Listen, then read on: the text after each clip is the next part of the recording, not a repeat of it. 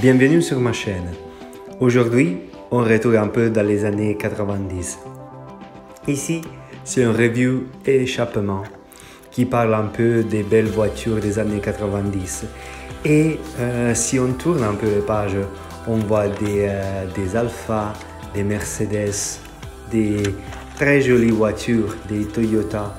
Mais il y avait une voiture qui m'avait capturé mon attention et qui j'aimais beaucoup pour ma passion autant qu'italienne pour les voitures italiennes.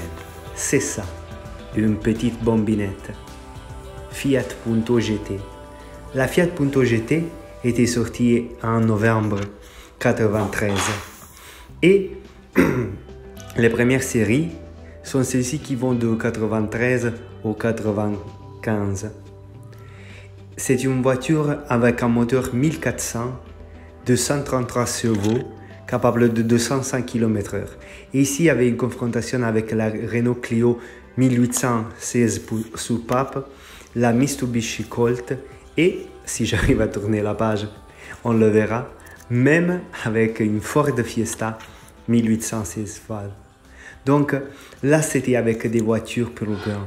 Et ici, on a le turbo, on a le petit moteur Fiat qui donne des sensations. On va ouvrir le garage et voir qu'est-ce qu'il y en a.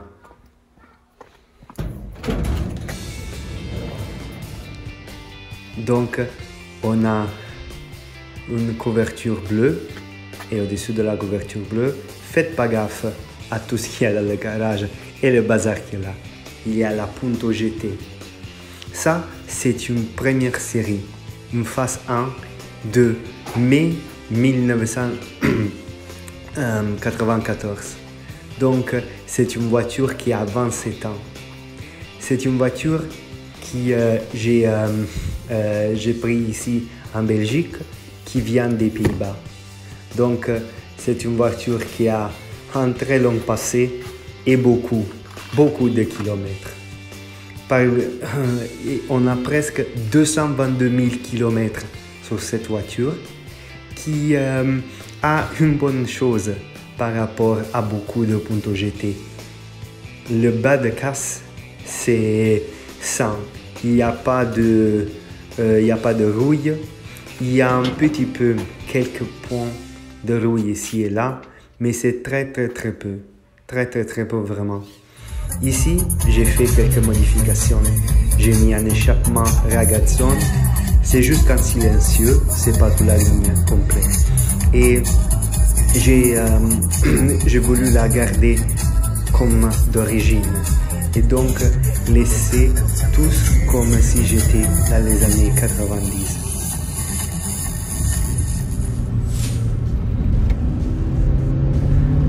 Voici, j'essaie un peu de foncer avec la voiture.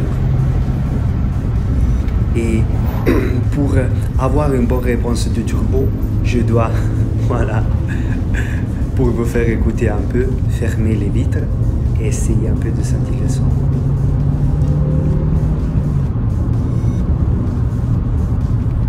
Il faut que la voiture arrive à 4000 tours par minute pour sentir la puissance du turbo qui arrive à la pression de 1,6 bar par quelques secondes et se stabilise un peu sur les 1,2-1,3 bar. C'est une phase 1, donc la puissance de la turbine c'est un peu plus élevé par rapport au suivant et il a quelques chevaux en plus. Ici, je m'amuse un peu dans les petites routes entre les collines et les fermes en Luxembourg et en Belgique à conduire un peu ma petite voiture. Oups! Si j'avais pas fait gaffe au dissuaseur. Ouais, c'est comme ça. Mais la voiture se comporte toujours aussi bien. Il a quand même plein de choses qu'il faut toujours régler, des petites fuites d'huile et aussi un peu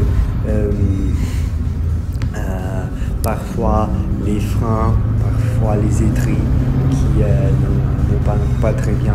Mais c'est une voiture qui a 222 000 km et 27 ans, donc elle n'est pas tout jeune. Et on ne sait pas vraiment comment elle a été entretenue avant. J'essaie de faire de moi-même et garder cette petite bombinette des années 90.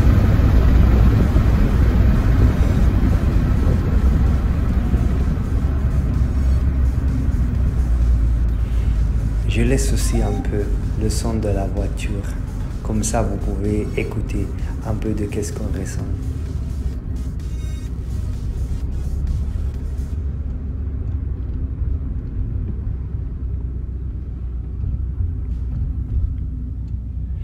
Les consommations d'essence, c'est pas qu'est-ce qu'on on regarde sur une voiture. Il y a un timer de 27 ans avec à 1400 essence turbo.